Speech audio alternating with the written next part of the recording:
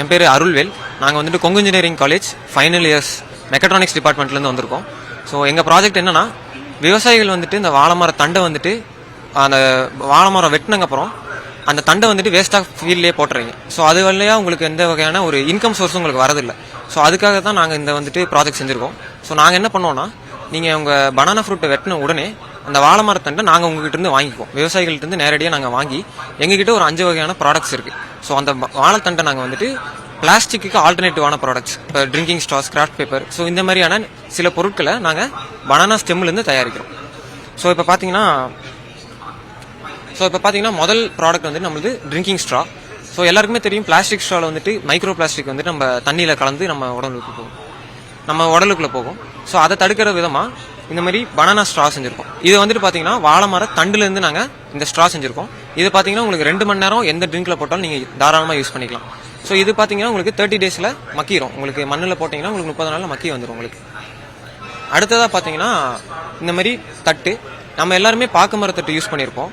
அதில் இப்போ என்ன ரீசெண்டாக ரிசர்ச் என்ன பண்ணியிருக்காங்கன்னா, அதில் பிபிஏ கெமிக்கல்ஸ் வந்துட்டு நிறையா கேன்சர் காசிங் ஏஜென்ட்ஸ் இருக்குன்னு ரிசர்ச் பண்ணி வந்திருக்கு. ஸோ இப்போ கூட யூஎஸ் வந்துட்டு இம்போர்ட்ஸ் வந்து பேன் பண்ணியிருக்காங்க இந்தியாவிலேருந்து.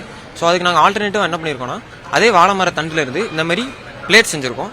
இது பார்த்தீங்கன்னா நேச்சுரலாகவே ஒரு வேக்ஸ் கண்டென்ட் இருக்கும் பனானால. எபிக்யூட்டிகுலர் வேக்ஸ்னு ஒரு வேக்ஸ் கண்டென்ட் இருக்கும். இது பார்த்தீங்கன்னா உங்களுக்கு 6 மணி நேரம் அதாவது வெட் ஃபுட், ஈரப்பதமான ஒரு உணவை நீங்கள் வச்சிங்கன்னா கூட 6 மணி நேரம் நீங்கள் வச்சு இதில் யூஸ் பண்ணலாம்.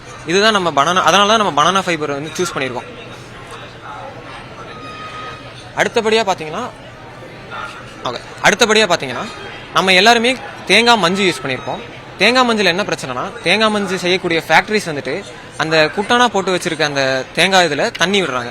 அந்த தண்ணி வந்துட்டு டேனின்ங்கிற கெமிக்கல், அதாவது தேங்காய் ஃபைபரில் ஆல்ரெடி இருக்கிற டேனின்ங்கிற கெமிக்கலை எடுத்துக்கொண்டு கிரவுண்ட் வாட்டருக்குள்ளே போயிடும். ஸோ அதை சுற்றி இருக்க வீடு வந்துட்டு நாங்கள் போர் போட்டிங்க இல்லைன்னா ஒரு கிணறு வெட்டுறீங்கன்னா அந்த டேனின் கலந்த தண்ணி தான் உங்களுக்கு வரும். ஸோ டேனின் வந்துட்டு என்னன்னா உங்களுக்கு கேன்சர், அதுக்கப்புறமா லிவரில் வந்துட்டு ஸ்டோன் உண்டாக்குறதுக்கான உங்களுக்கு ப்ரூஃப்ஸ் வந்து இருக்குது.